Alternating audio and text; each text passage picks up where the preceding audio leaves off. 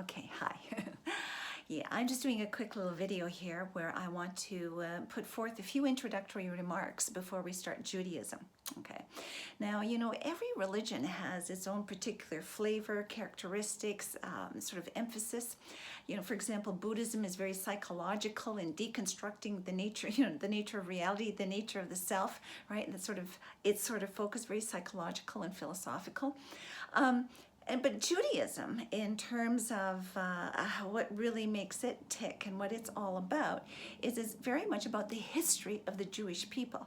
Okay, so it's very much an ethnically based religion, and it's about the history of this particular group of people and their relationship with their God over the centuries, over millennia actually. And that is basically what this religion is about, that a special kind of contract, you can almost think of it as like a marriage agreement took place between one of their ancestors, Abraham, right, and all of his descendants.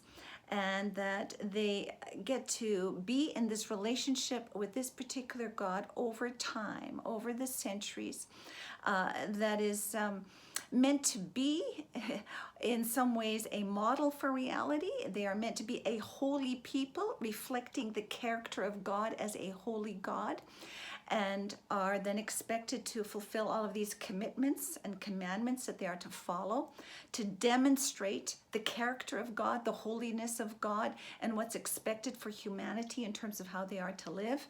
That's a big aspect of it. Okay, so that's sort of the nature of it. And as religion, then, we'll be doing a lot of history. It's the history of the Jewish people in relationship to their God. And so here I put together a little bit of a map here. Hopefully you can see this all right. And it might be all backwards, I'm not too sure.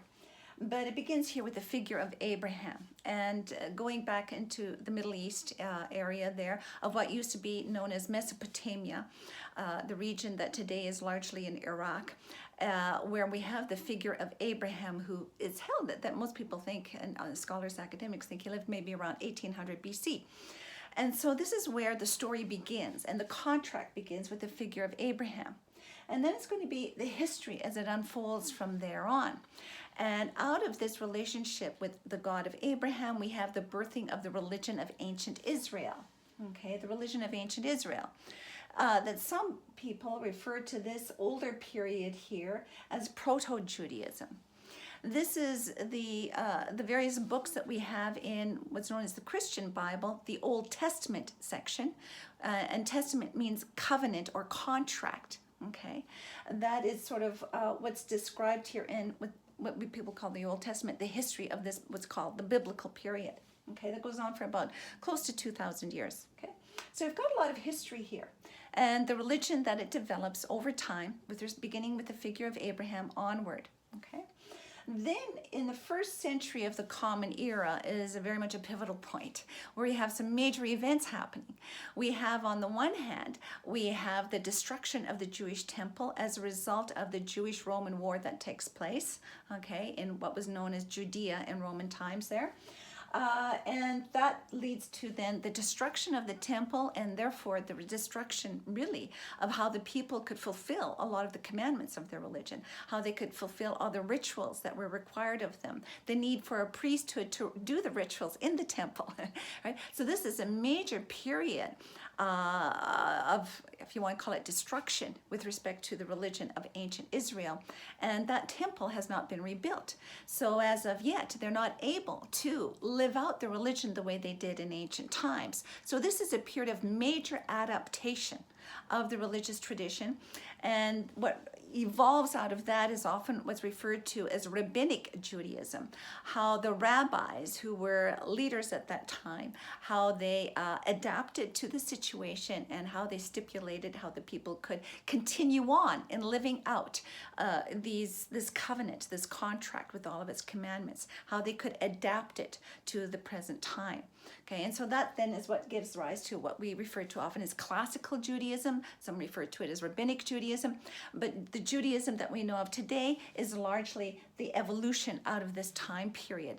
But its foundation is in the biblical period of the religion of ancient Israel. Okay, So you have this happening here. But also in the same time period is when we have the figure of Jesus, Jesus of Nazareth, who is believed was, here in Christianity, a fulfillment of prophecy of the coming of a future Messiah. And that's basically what Christianity is based on.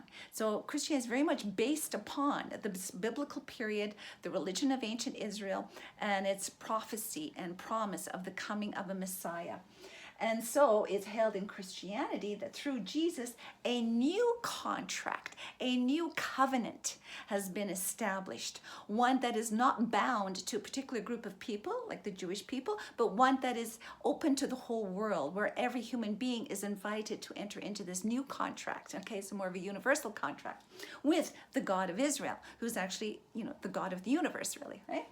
And so then we have in this period here, in a period about 100 years, we have some writings that, again, bring us the teachings of Jesus, the life of Jesus, the very beginnings of this movement and whatnot. And that's referred to as the New Testament. And so that gets added on to the Old Testament, and the two together make up the Christian Bible. Whereas the Jewish Bible is just of this older period, okay, of the biblical period, what Christians call the Old Testament, and they call it the Tanakh. Okay. So then that's how Christianity comes out of this.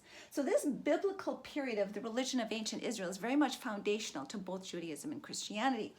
Then, hundreds of years later, we have the rise of Islam in Arabia with the figure of Muhammad, who claims to be the last prophet to bring the final and clear and perfect revelation from God in the Quran, okay, which means recitation, these revelations that he got.